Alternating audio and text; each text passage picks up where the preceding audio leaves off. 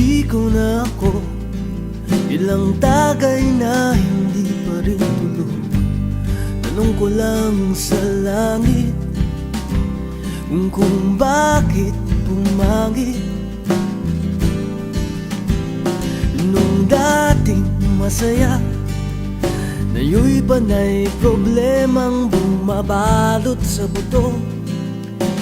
Bakit ganito ang pag-ibig?